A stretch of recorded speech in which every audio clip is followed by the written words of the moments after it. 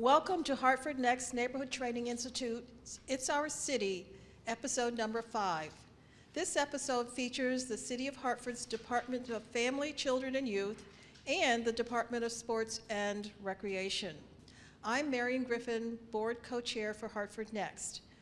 We are the coalition of Hartford's neighborhood revitalization zones and the City of Hartford. We are the collective voice of Hartford residents and stakeholders working to strengthen and grow our community. Our purpose is to bring people together, to listen, encourage, negotiate, educate, and lead, and facilitate inclusion and innovation in our communities, and also creating an environment that leads to improvements in Hartford, its diverse neighborhoods. The Neighborhood Training Institute is Hartford Next's communication and education programming arm. We do seminars, forums, workshops for formal and informal training of Hartford residents. I'd like to introduce today's host, Hyacinth Yennie, the chair of Maple Avenue Revitalization Group's NRZ. Hyacinth, thank you. Good morning, everyone. Hello, and good morning, everyone. I'm Hyacinth Yennie, and I'm chair of the Maple Avenue Revitalization Group. Thank you, and everyone here, and those who are watching on YouTube for participation in your involvement in primary goal of this series. I will initially ask our guest number of questions and then begin taking questions from in-person audience. For those watching on YouTube, you can place your question in the YouTube content, and I will include those questions as appropriate in appropriate time. So again, I'm Hyacinth Yennie, and I chair the Maple Avenue NRZ group. Hartford Next is a coalition of 13 neighborhood revitalization zone. It's called the NRZ, and the City of Hartford. It was founded in 1997 as Hartford 2000, and its purpose is to bring diverse NRZ together for common good in the resident of Hartford.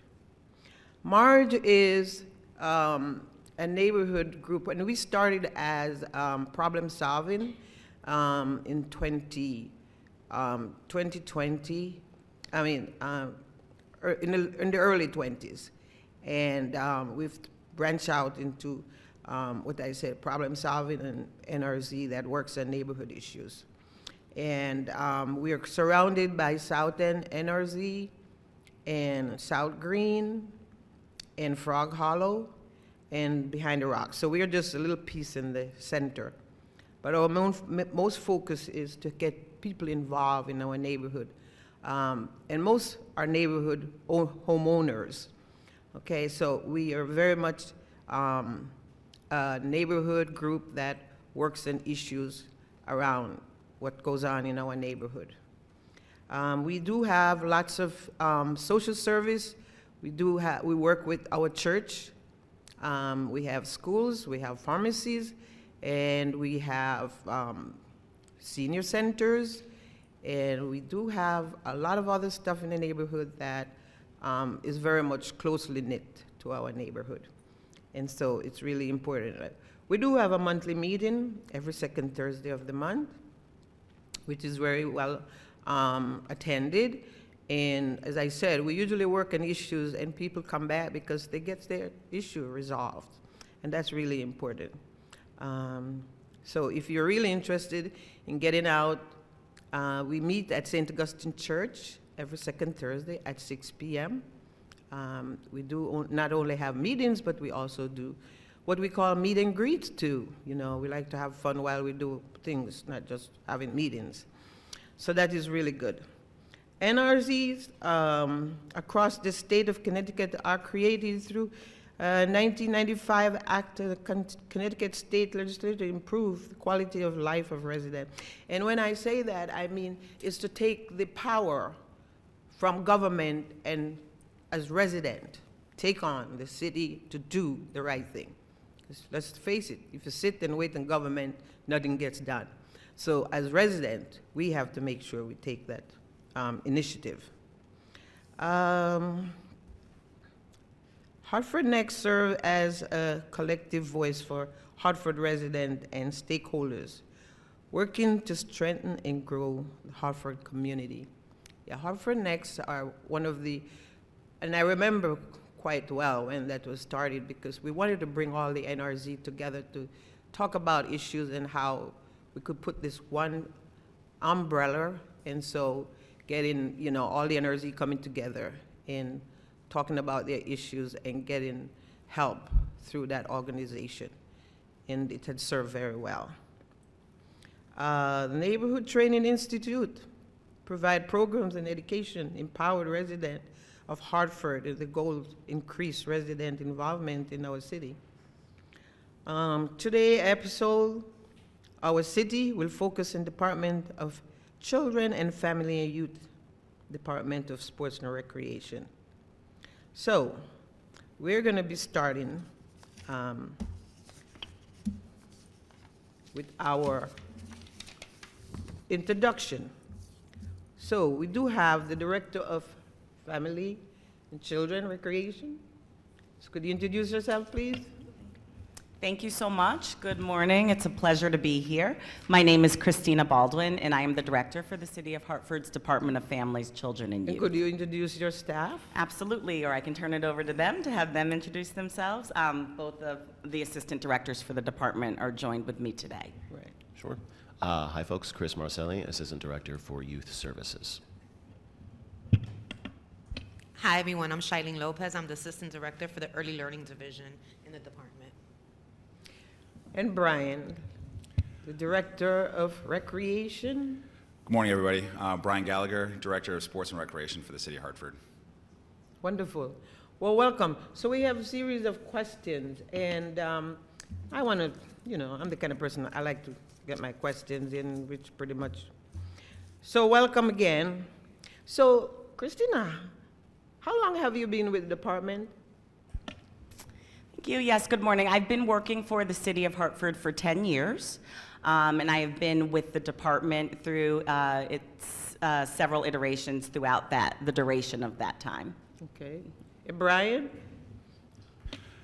So I've been in this role since July 1 of this year, so a couple months now. I've been with the city on lots of different roles over the last, since I was 16. Started lifeguarding for the City of Hartford. Previously I was a teacher for the City of Hartford and ran a nonprofit called Active City. Yeah. No, I remember years ago when we had Public Works in control of recreation and all those kind of good stuff. And I remember we said, oh, they're not working for us because they're not focusing on what we really need them to focus on.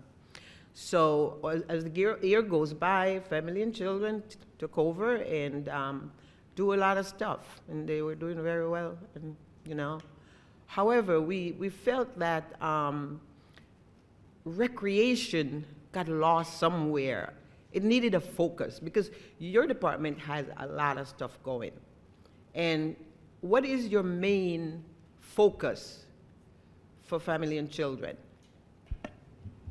So now our main focus is on the young children. So we have a strong focus on our early learning, education, and network. And our focus is on youth services, which is also a very broad scope of services. Our youth services division is actually Hartford's state statute mandated youth service bureau. In addition to that, we also support a wide array of community-based activities in partnership with the Sports and Rec department in our community centers. Yeah, I was happy when I see those two departments, you know you have to work together because you're all intertwined. But having somebody who can focus and see more impact and whatever. But I want to also ask you about the daycare. Why is it that I noticed 2 of our centers were turned into daycare? And was that necessary to turn 2 of them into daycare, or could we have combined and make it into daycare? And then after you answer that, then I'll have another question about how do people get into the daycare. Thank you. Well, I'll take the first part of the question, and then I can turn it over to Shailene to talk about how one can enroll into the early learning centers. So the City of Hartford, as you mentioned, operates directly 2 early child care centers. One is at Metzner Community Center, and the other one is at Highland Park Center. So when they were established, we actually had 3 initially when they were established. One was on at the Asylum Hill Church, and now we've condensed that down to 2. We do find at this moment, because those are 2 distinct neighborhoods in the city of Hartford, that those are beneficial to have the 2 separate early child care centers in the city at this time. Of course, you know, we're always working with the rest of our City of Hartford family, human resources, finance, and of course our administration to see how we can operate more effectively or efficiently. But at this time, we do find that the need is there to have both of those centers in those 2 locations. Shailene will probably speak a bit more about it, but I should mention that in addition to those 2 centers that are operated directly by the City of Hartford, our department under Shailene's leadership does provide management and oversight support for 22 early learning centers in the Hartford community that are operated by other community-based organizations.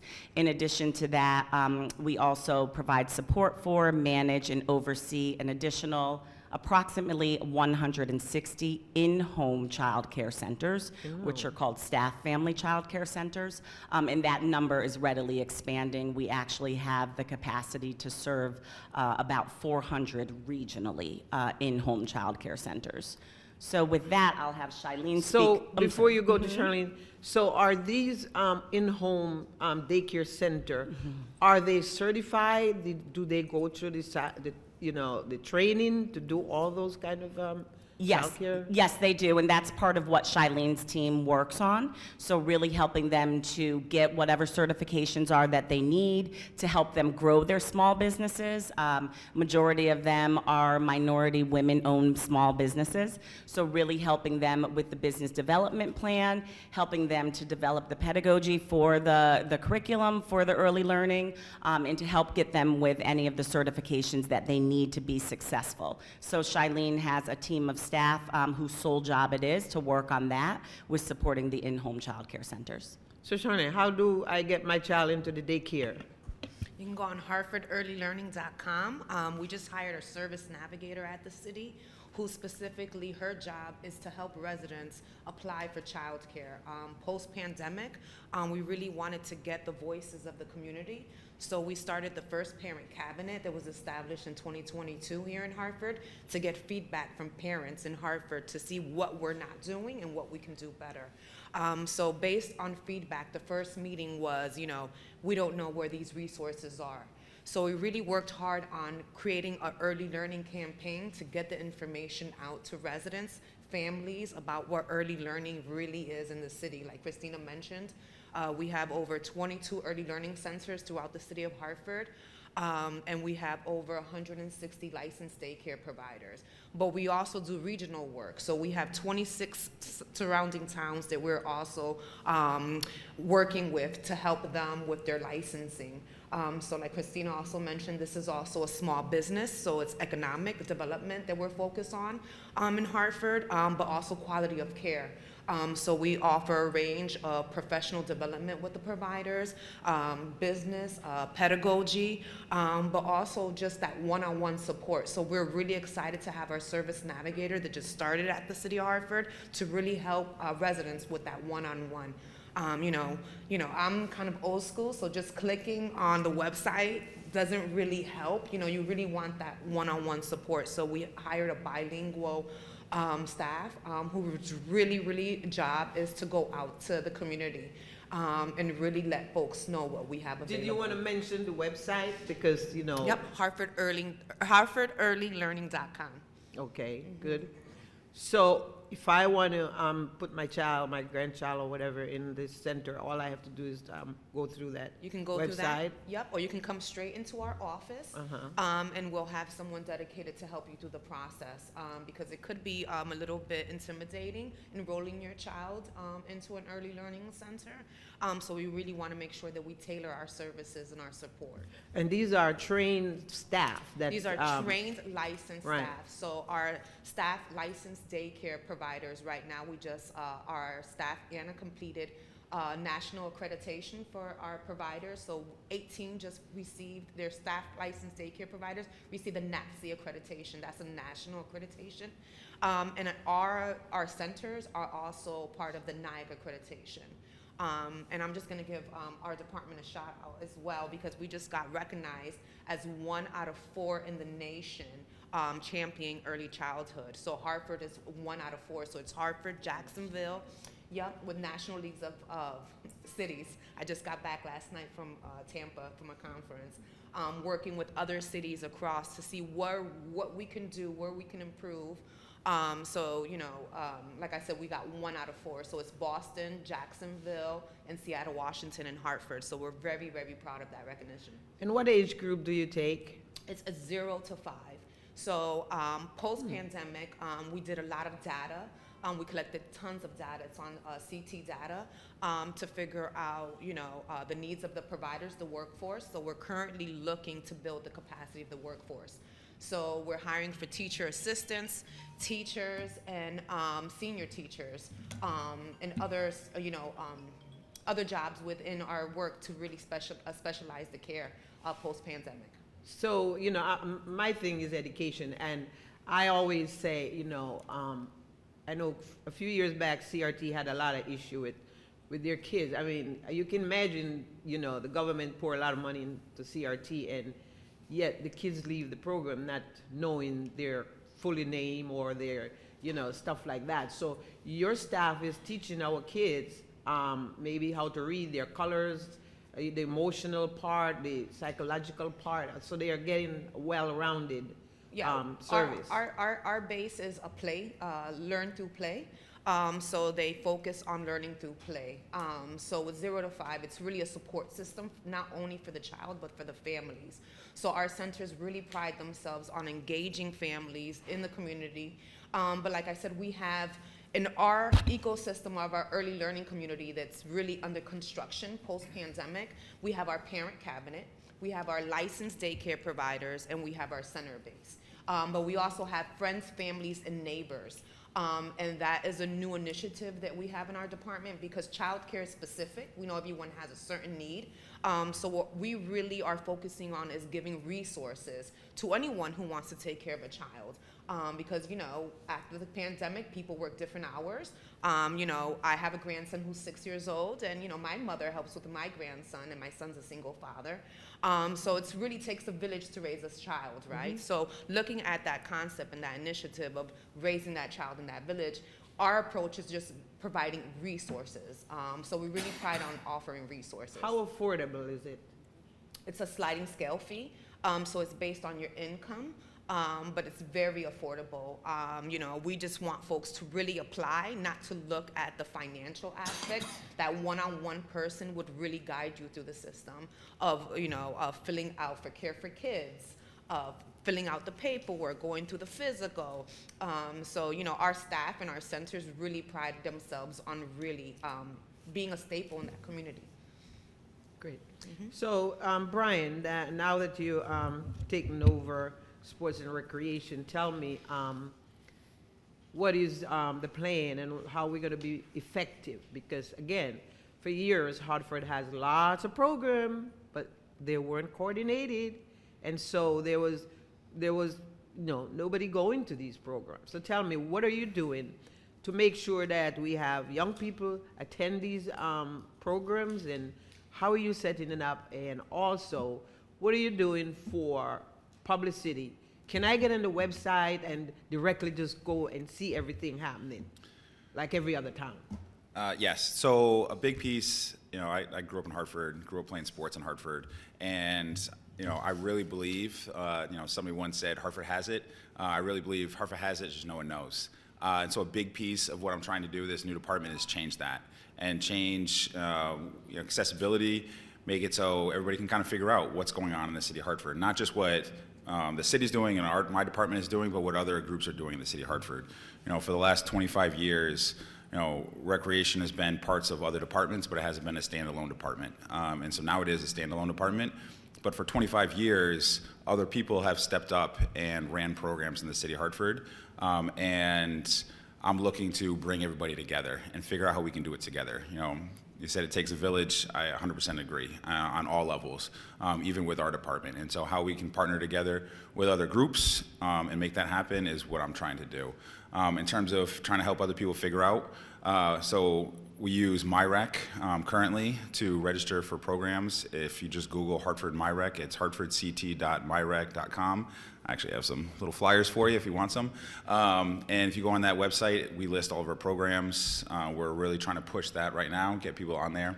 It's free. All of our programs are free.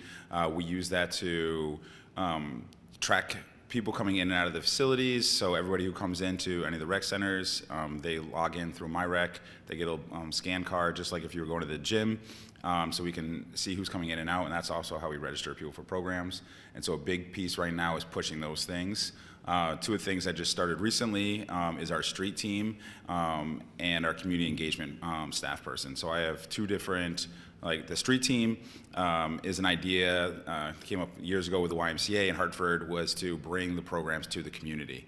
So our street team literally is not bound by a building, it's recreation in the community. So any different community events going on, anything that's going on in the city, we bring recreation to them. We have a van, we partner with other groups in Hartford to bring recreation to them. If that means bringing a basketball hoop to a parking lot where there are kids hanging out and playing basketball, that's what we'll do. Like the idea, we don't have to just be in a building to run recreation.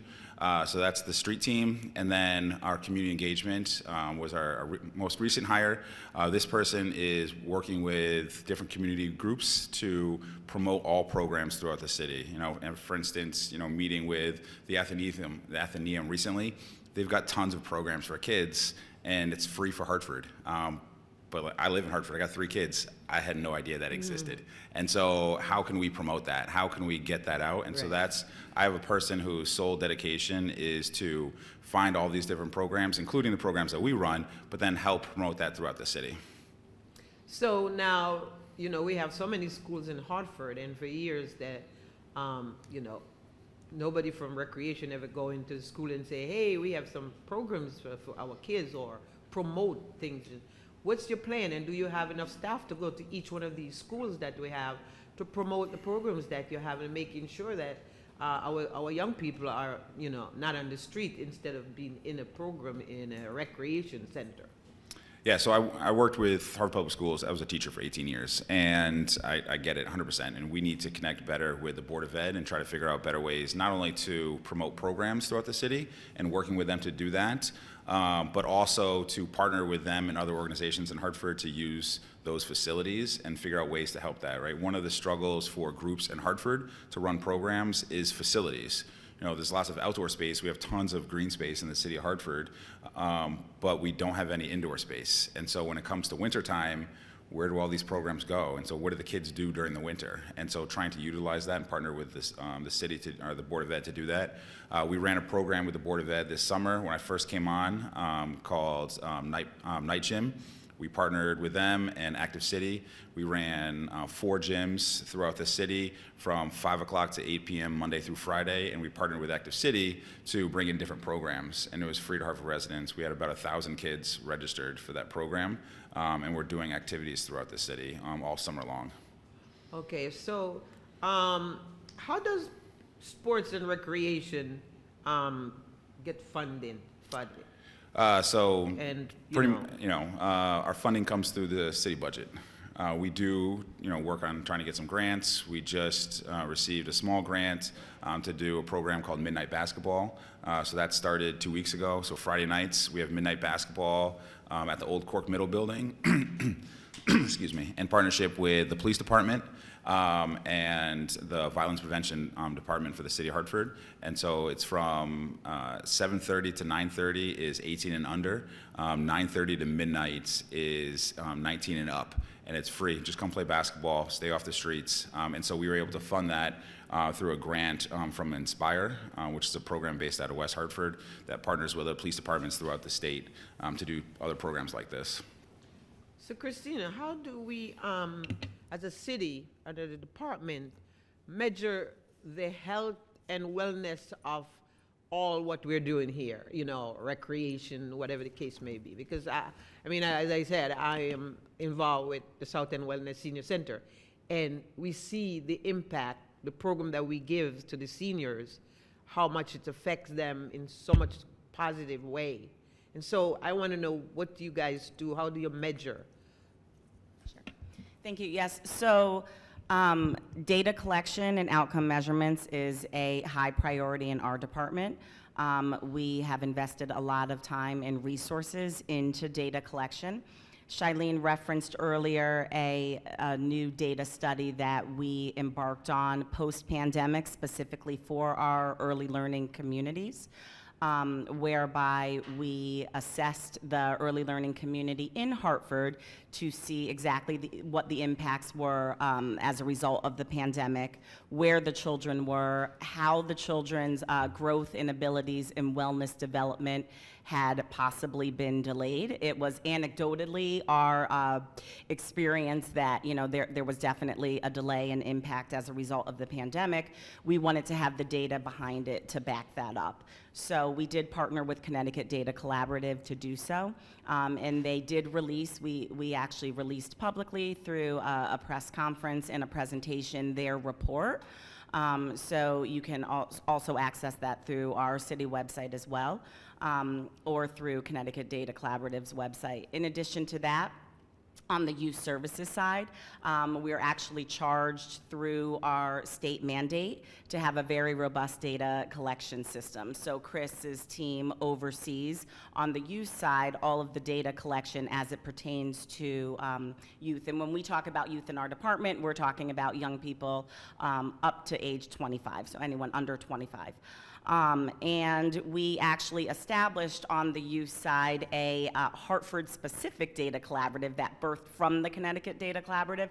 So now we have a Hartford Data Collaborative entity who is charged, and their role with us is ever expanding, but they are charged to gather data and outcomes on the youth community as a whole.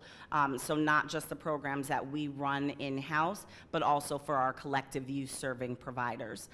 And that has already started, but it is actually continuing to grow. So it is our aim to have a youth data backbone in the city of Hartford. And we actually, you know, the whole purpose of having this sort of robust type of data collection system is not just so that we can have the information, but so that we can use it to inform our work, to better tailor our services, and to act as information resources for the providers that are providing the services so they can further tailor theirs. I also do want to mention that through the Early Learning Department, we have, for the first time ever, we are just embarking on moving over our previous data collection system to match that of Power School, which is the data collection system that the Hartford Public Schools use. So it's our goal to be able to track the children after they've left the early learning community into school, so that we can start to see if some of those developmental milestones are met, how well we're doing preschool, and following that along the trajectory for when they enter school to see how successful our early learning centers are. Right. And then the other question I have while we're in children daycare, how often do you go into these little, you know, daycare at home to assess, to make sure that everything is right, as, you know, because a lot of times people say things it's really not true, but I like truth. So how often do you have people go into these to do an assessment on unannounced in general? Well, we have a couple of programs where we can go unannounced. One of them is our CACFP program, where we provide a just explain what that CACFP. It's a child adult care food program where Okay. we reimburse providers for meals. So through that federal program, we're allowed to go visit providers that are enrolled in that program, announced and unannounced. And I will champion everyone in Hartford to really look at their neighbors and really just knock on that door and say, if you can walk in. These early learning centers are amazing. These providers take a lot of pride in their business. It's a family-run business, and they do an excellent job at providing one-on-one support. So, our providers are very, very, they're in their neighborhood. You will never recognize, if they don't have a sign out, who has an early learning child care center in the city. And we're working with Community 311 to get that identified right now. We're on another initiative to start identifying early learning centers through the city. But, they're very compliant. They're licensed, so the state also visits them.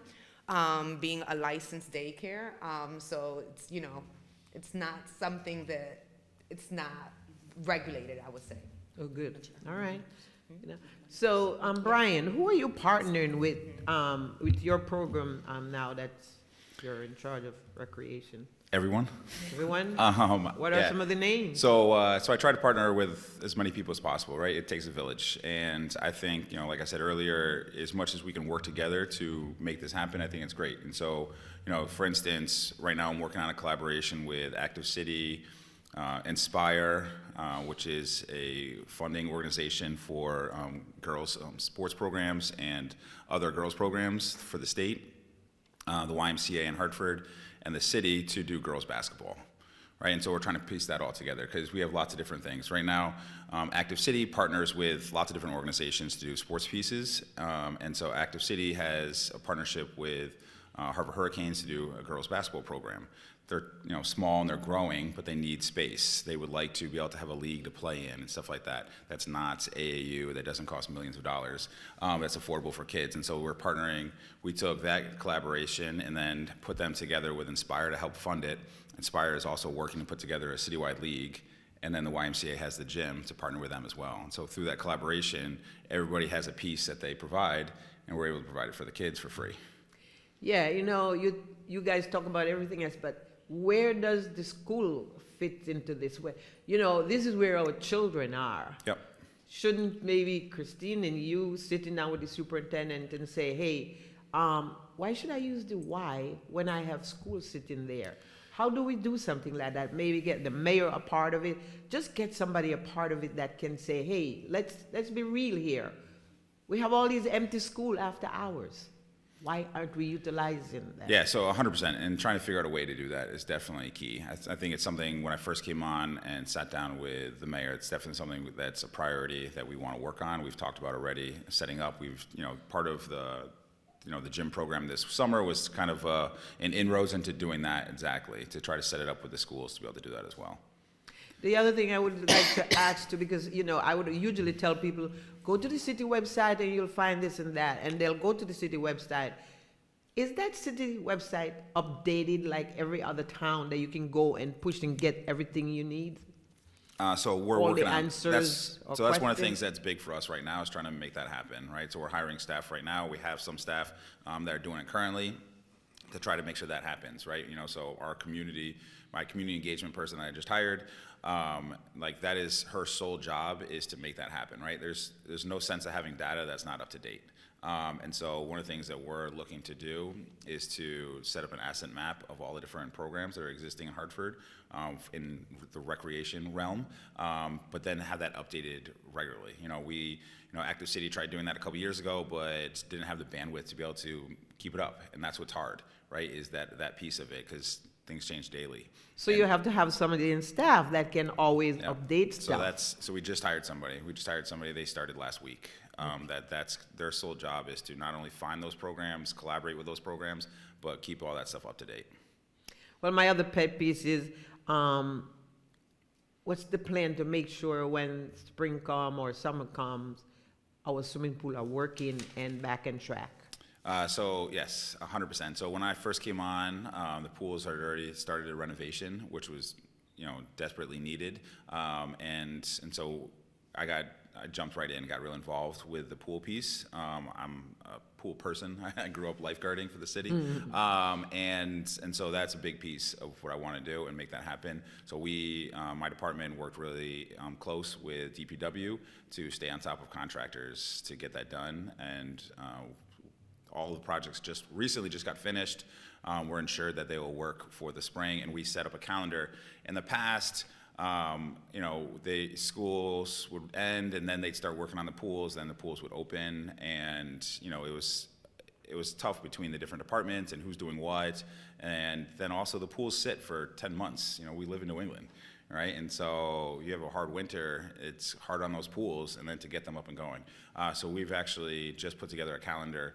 We're going to start working in early spring, and we're not going to wait until June to start getting the pools ready. We're going to get the pools ready in early spring. We're doing extra lifeguard courses so that we have enough lifeguards to open up all 4 pools this summer.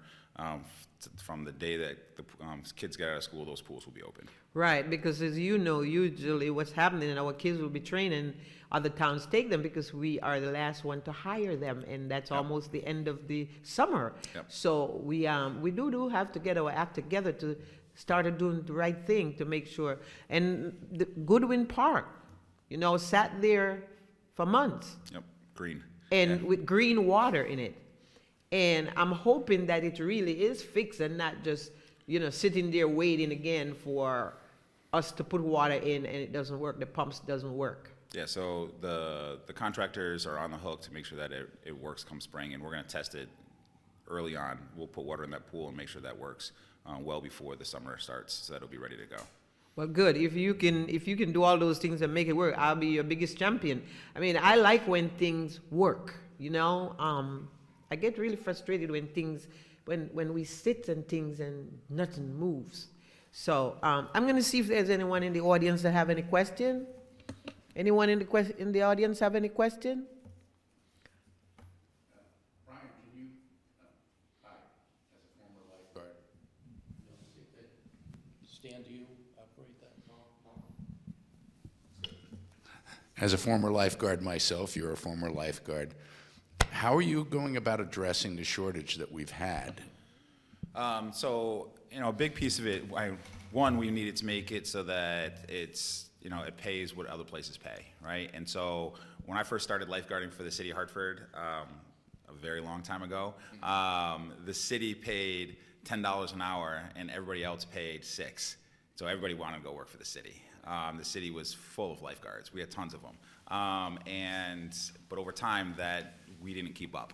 And so we were behind what other places were paying. So recently, right before the summer started, we upped the salary for the city of Hartford. So first-year lifeguards now make $18 an hour, which is comparable with all the other towns around us. So that was huge. So we did that. A big piece is partnering with the Board of Ed, right? So I became a lifeguard because they showed up at my swim team practice when I was a freshman in high school, and they're like, hey, you want to work during the summer? You can hang out in a bathing suit all day and get paid, and right, it was great. And they did the lifeguard course right there as soon as swim team season ended for all the lifeguards. And we're doing that. We're going to do that this year. We're also going to do an extra course at the end of the fall season, into the winter around Christmas time. We'll do another lifeguard course then, and really push hard to promote it. Thank you.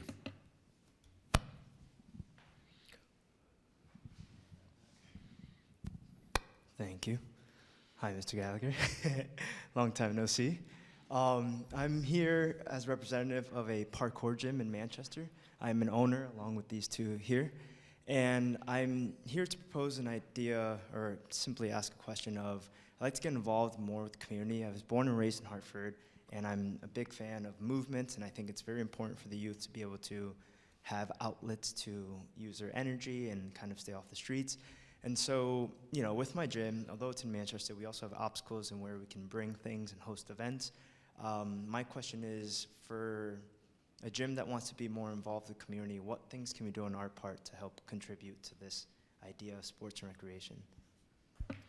Anybody who calls me Mr. Gallagher, you can tell was my student at one point in time. We're all about collaborating, and it doesn't just have to be within the city limits and bringing in groups. There's stuff, I would like to have everything that the suburbs have, I'd love to have here, right? And for our kids and for our adults, for everybody in the city. And so we're definitely down to partner and do events, set stuff up. Part of the, the fun stuff about parkour is you can kind of do it anywhere, right? And so you don't need like a set piece or anything, a court or something. So yeah, collaboration is all about just coming together and figure out how we can work together to set that up. And so, our department is definitely down to sit down and try to figure out a way to make that happen.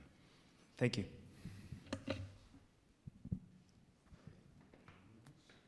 So, I- you have a question? Yes. Hi, I'm Jack Antonich. I'm co-chair of the program committee for Hartford Next, along with Frank Sentner here. And Kristina, your department handles a broad spectrum of youth from prenatal through, as you mentioned, age 25.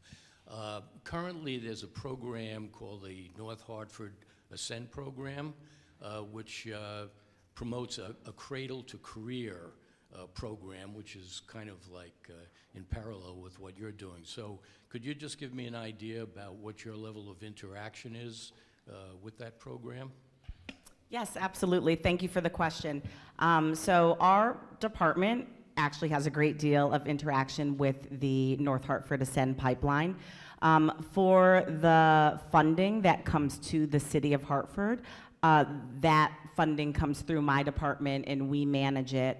We manage the programs that are connected to the North Hartford Ascend pipeline that are within the city of Hartford. So we actually, the director for the City of Hartford's North Hartford Ascend Pipeline actually resides in my department, like locality. So we work very, very closely in regards to that.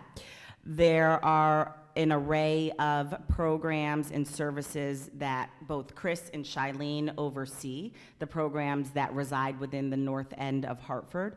All of those programs and outcome measures filter into the data for the Ascend pipeline.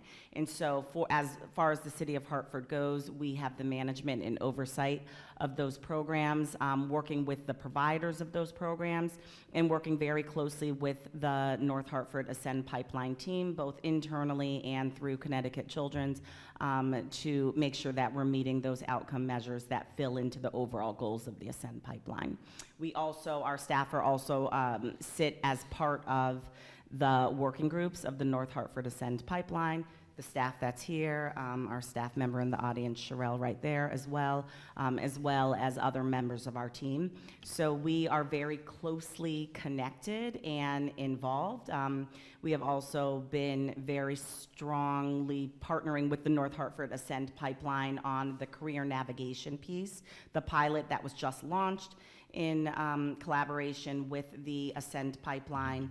And again, that's through the work that Chris's division does, as well as the different initiatives on the early learning side that all filter into supporting the Ascend pipeline. And through conversations that Shylene's been working on, the plan is, as this North Hartford Ascend pipeline, we are now in the third year of the Ascend grant. Yes.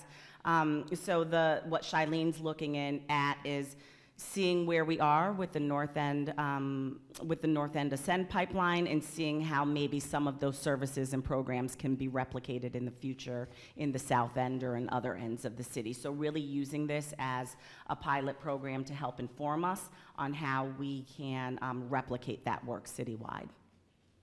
Thank you. Thank you.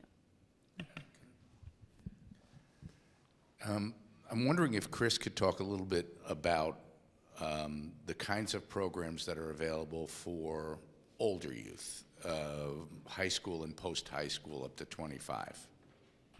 Sure.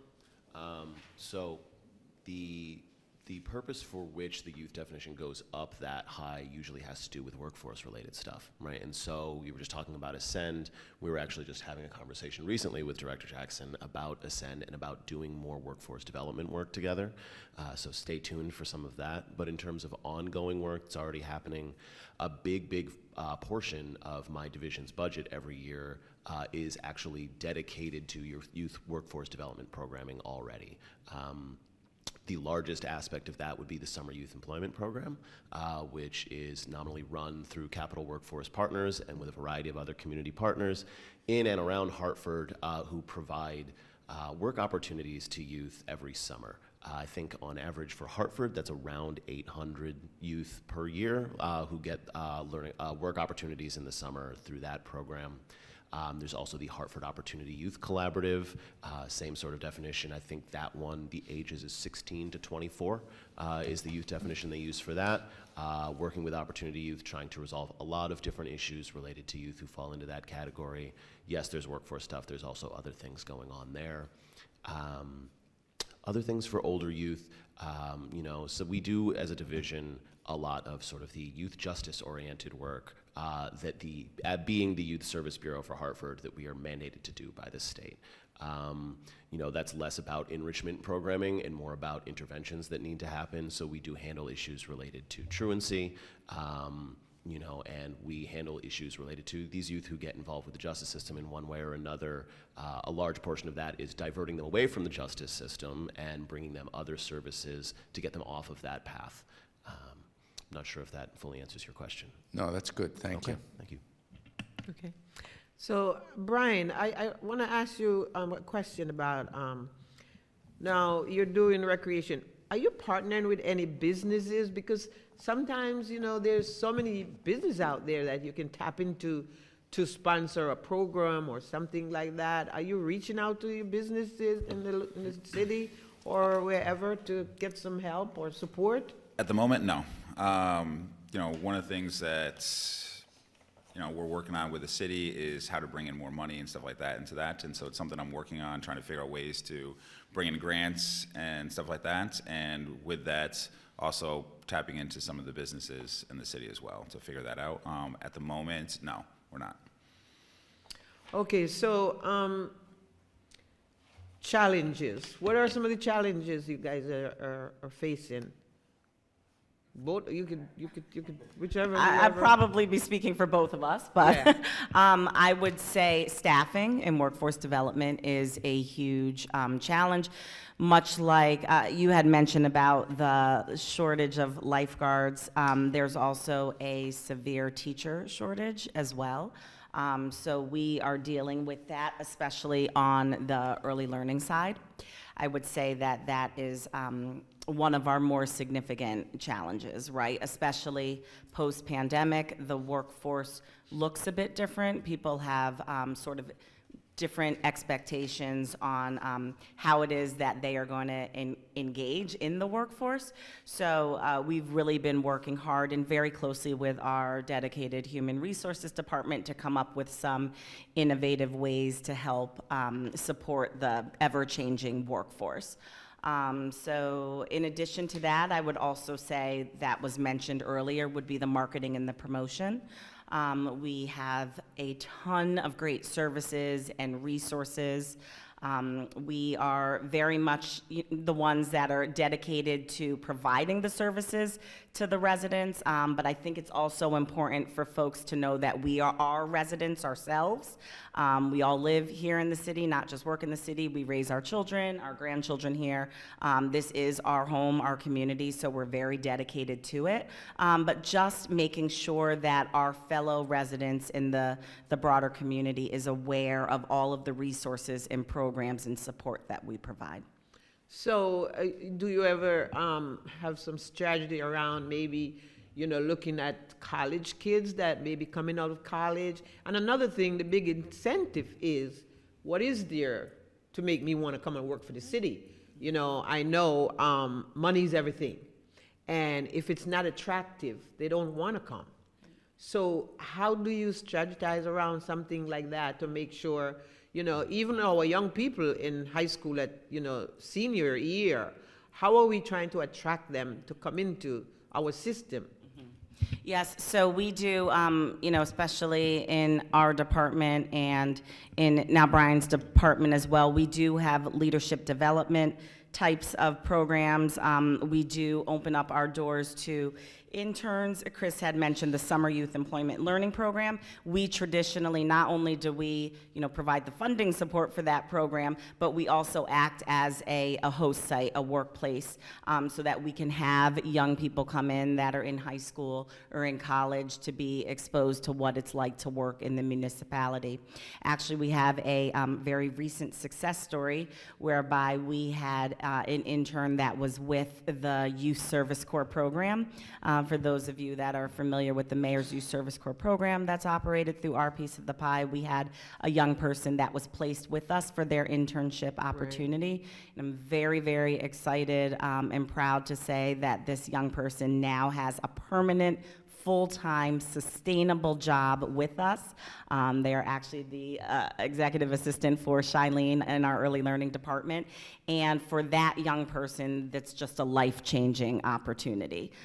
So, you know, not only do we work really hard to support and to provide the programs, but we also really believe in, you know, putting our money where our mouths are and actually being the ones that are available to give young people those direct experiences. Right. And you talk about at-risk kids. What do we do to help those at-risk kids? You know, are we focusing on them? Do we know where they are? Sure. So, you know, I mentioned a couple things specifically, but there are actually 6 or 7 different things going on in the division at any given time related to those youth specifically. In terms of doing outreach, if they're simply at risk and there hasn't been any kind of incident yet, that's obviously a little bit more difficult to identify. I know that the school district has their own sense of early warning indicators for, you know, the educational outcomes, and that there's a lot of correlation between those things. But in terms of the work we do in the division with these kids, yes, there's stuff we were talking about of truancy, doing interventions there.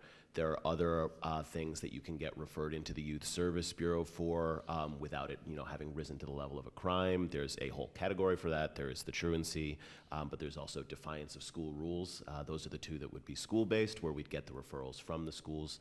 And then there's also ones that are more community-based or home-based. I always struggle to rattle off the 3 that are in that category. It's runaway status, and indecent or immoral conduct, which is a very broad category that we don't actually see many referrals for, because it's kind of a little bit nebulous. And I am blanking on the other one right now. I said runaway. Oh, beyond control of the parent or guardian, I believe, is the category. So those referrals might come in from families or from anyone else, maybe another community partner who's already worked with the youth in question. We do, of course, do most of our work as a division through those community partners. Very little in a direct service sort of capacity happens directly out of the division's office.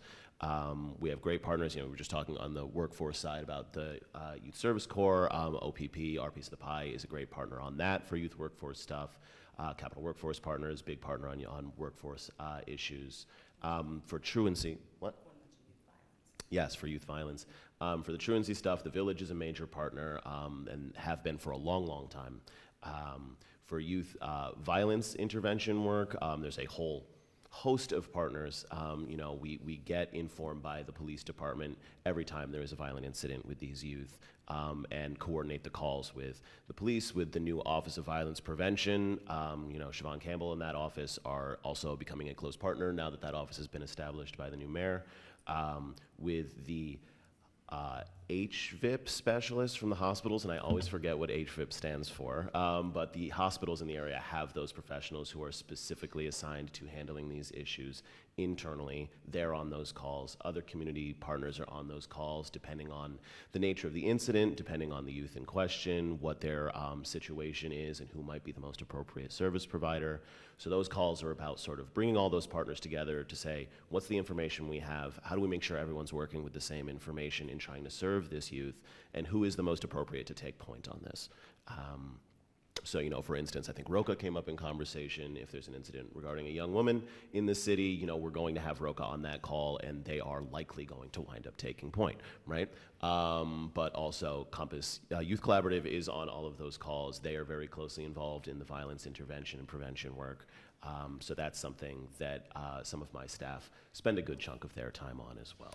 Do we have any issue around language barriers? For the division or for the city Or in question? in general, with programs or?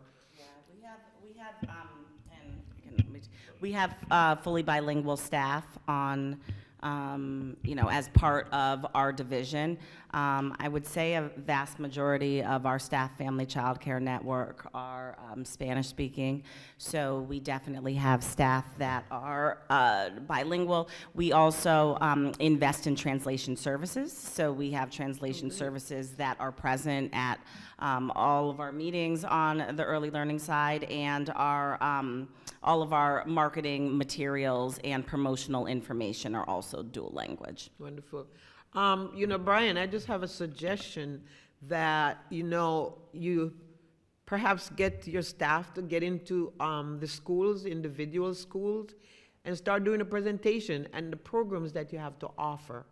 And to make sure that, because this is, have an assembly, have the principal do an assembly and to talk about the programs, because that's how it's more effective and you can reach more kids in that period of time than, and I understand that everybody has a telephone now and they can do all these little things in there. But I think it's really important to do that in-person outreach. It is so important, can make a lot of difference. I agree. Yeah, and we're definitely looking to do that. We're going to partner with, we've started working real closely with the athletic director for the Hartford Public Schools, and how we can partner with them and try to make sure we're also, our services are supporting their services. One of the challenges with a lot of our schools in terms of sports in the city of Hartford is the kids don't learn how to play until they get to high school.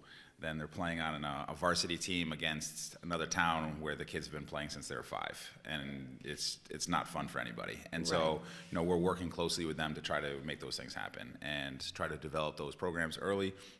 In partnership with them, they've really expanded a lot of their programs in terms of sports. They now have a big middle school league at her public schools, and so to make sure our services are not competing with those services, so when they're doing middle school basketball, we're not going to do middle school basketball. We'll do it in the fall because they're doing it in the winter.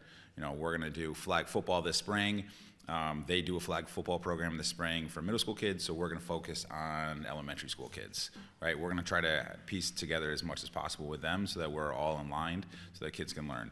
Going back to your previous question with the challenges, our challenges are a lot of the same, right? In terms of staffing is a big challenge. Recently just went through and, there were a lot of people that were listed under the department that haven't worked in 10 years. And so we cleaned house with a lot of those lists. We're about to make a big push to hire a lot more staff for the city, and we're gonna, try to figure out how to, find those individuals and working with the schools, working with different nonprofits, partnering with them. We're working with a couple nonprofits to set up CPR courses and coaching courses and stuff like that. And then so not only to tap into those resources for our programs, but also their programs, so that they have staff as well and coaches, and trying to work together with them. And budget is a piece of it, and facilities, right? We right now in the city of Hartford, we have 2 full rec community centers in the city of Hartford that have pools and gyms, stuff like that. And that's great, and we're really working hard to program them right now. But within the next 6 months, we're going to be overflowing at those places. And so, looking to figure out partnering with schools, partnering with other organizations that have facilities is going to be key. And then, budget. Budget is always a piece of it. Budget is important. So we need to advocate for the budget to make sure we can do the things that we want to do. So another piece I have is the water aerobics. I like to see that happen. And because we have 2 swimming pools in the city, does pretty much almost nothing. How do we make sure that we can get something like that going? And the other thing is, where does our senior fit in your program? Senior doesn't fit in your program, does it? Does senior fit in your program? I'm talking about seniors. Yeah, so for our programs, definitely seniors fit into our programs. We're working right now to set up our programs for the winter. We'll have all of our winter programs out on MyRec. We'll have flyers out, our brochures out within the next 2 weeks. And our winter programming starts in December.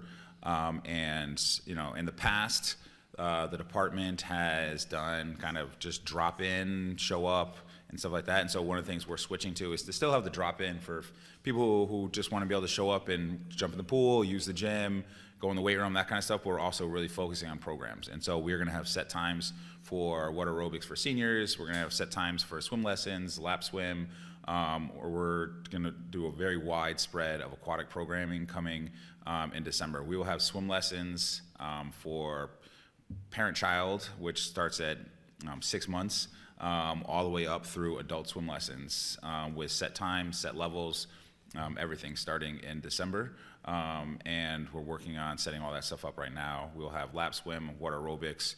We just purchased a whole bunch of aquatic exercise, I want to call them machines, but you know, so you can do ellipticals in the water. There's 2 treadmills that go in the water that we can use, that seniors can come use, and we're gonna have set times earlier in the day for the seniors to be able to come into the pools and use those for our 2 indoor pools. The indoor pools are at Arroyo and Polk Park, and also at Parker.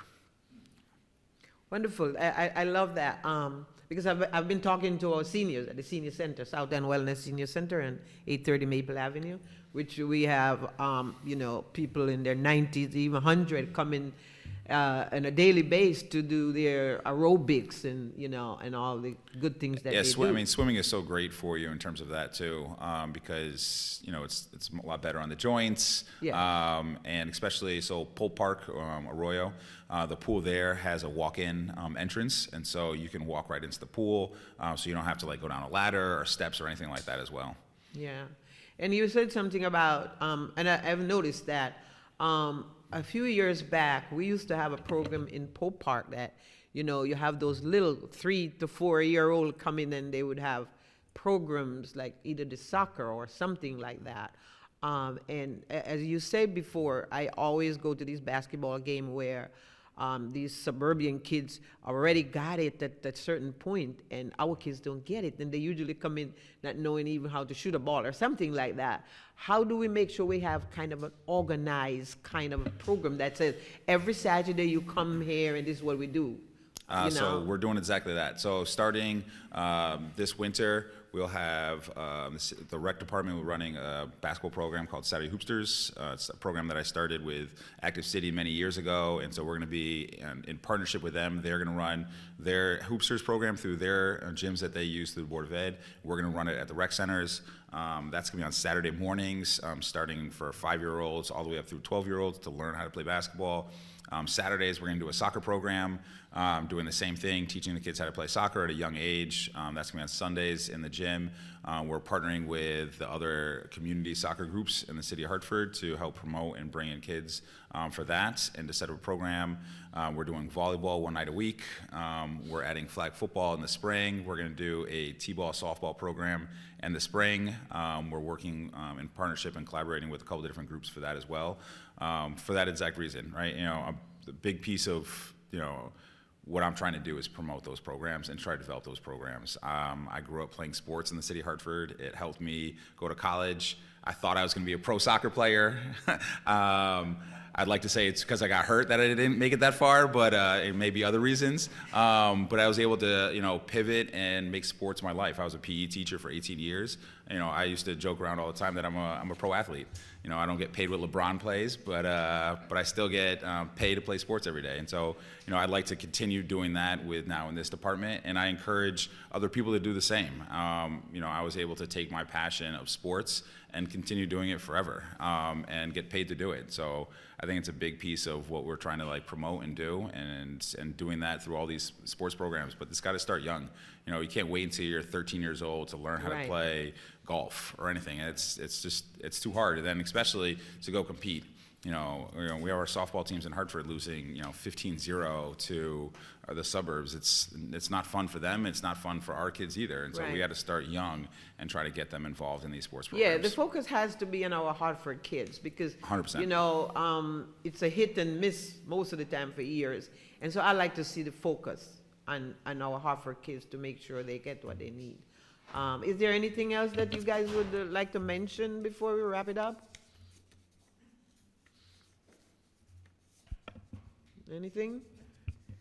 Well, we thank you for the opportunity to be here. We encourage our residents, if they want to learn more about the program, if we can be of support in any way, shape, and form for children and youth in our communities, we are available. You can come up to the office at City Hall. You can visit us on our citywide website. If you're interested in early learning, as Shailene mentioned, hartfordearlylearning.com. Or you can call us directly, 860-757-9595 is the phone number for our department. And we're here to work on your behalf, and we're here to support in any way that we can. And how, as resident, can we, support your department? I would say reach out to us and let us know possibly what your interest is, if you have any skills or experience that we might be able to incorporate. I will just make a quick plug that we will be very soon releasing our applications for our Hartford Youth Advisory Board. So that is a board of young people that help to advise the mayor and his administration and our department on everything as it relates to young people. So we do encourage young people to submit an application for that when it becomes live, which we are expected to send out by next month. Ages 13 to 17. You can even self-nominate, but you can have a nomination by a teacher, a peer, or another community member. So we encourage you to get involved and come visit us. We're here to work for you. Thank you. And Brian, any last word? What my encouragement is to you is to make sure we're looking at, maybe doing a survey to the community, especially the South End where, for years we had Metzner Center as a center where kids come and play, do their activities in there. Oh, by the way, I think we would like to start doing some hip hop kind of thing in the Metzner Center. All right, I think that would be a really good thing to attract kids there. So I would encourage you to go out and get, the survey into the neighborhood to find out what are some of the things that the people in that neighborhood would like to see happening in that center. 100%. We'll definitely set that up. It's something we're looking at doing, working with the new community partners and also our new staff that just came on. That's a big piece of that, is trying to figure out the community piece. I will also plug the PRAC, which is our park board for the city of Hartford. They meet on the last Tuesday of every month at City Hall at 6 p.m. Anybody's welcome to come and talk. Myself or one of my representatives from my department is always there for that meeting to talk about, what people would like to see in the parks, in the centers, and for programs. And so it's an opportunity. Also, you can always reach out to myself or the department. All of our stuff is listed on the website, the city's website, with our contact info. Our office is at DBW at 50 Jennings. You can always come visit us there as well to come talk to us about how we can collaborate with other programs and or what programs you'd like to see in the city. So please come check us out. Check out MyRec as well to see the new programs. The winter programs will be up in the next 2 weeks on MyRec, but if you become a member on MyRec, you'll get blasts for all the different information that's going on in the parks and in the centers. Okay, thanks for watching, and I'll turn it over to Maureen. Thank you all for joining us today. Special thanks to Hyacinth for hosting today's event. And also thank you to our panelists, Kristina, Christopher, Shailene, and Brian. And do take Brian's request to heart relative to the PRAC, the Commission for Sports and Recreation. And we do need commissioners, so please do join us. So I want to thank everyone who participated both online and in person. This is the last of our series for this fall. We will have 6 to 7 more coming in the spring of 2025 to showcase more departments of the City of Hartford, because the City of Hartford works for us. So we should know and understand what the departments do and also participate. If you'd like more information, those of you who are online, we will be sending out some links to or information on how to contact both Kristina's department and Brian's department. Those of you who are here, we have information that you can pick up to take with you. If you are not a member of your neighborhood revitalization zone, please go to Hartford Next website and look up Find Your NRZ. And actually, you can just go and Google Find Your NRZ and it'll pop right up. And look for your neighborhood. Look, there's a map where you can find out where you live, and then you can identify your NRZ. NRZs, this is your opportunity to participate in your neighborhood. If we have complaints, you don't like the traffic, you don't like the trash, there are other things that you want, recreation for your youth, more green spaces, that's the place to go to voice your opinion and to also help. So thank you all today for participating. I hope this was helpful for you. and we'll hope you will join us the next time. Thank you very much. Thank you.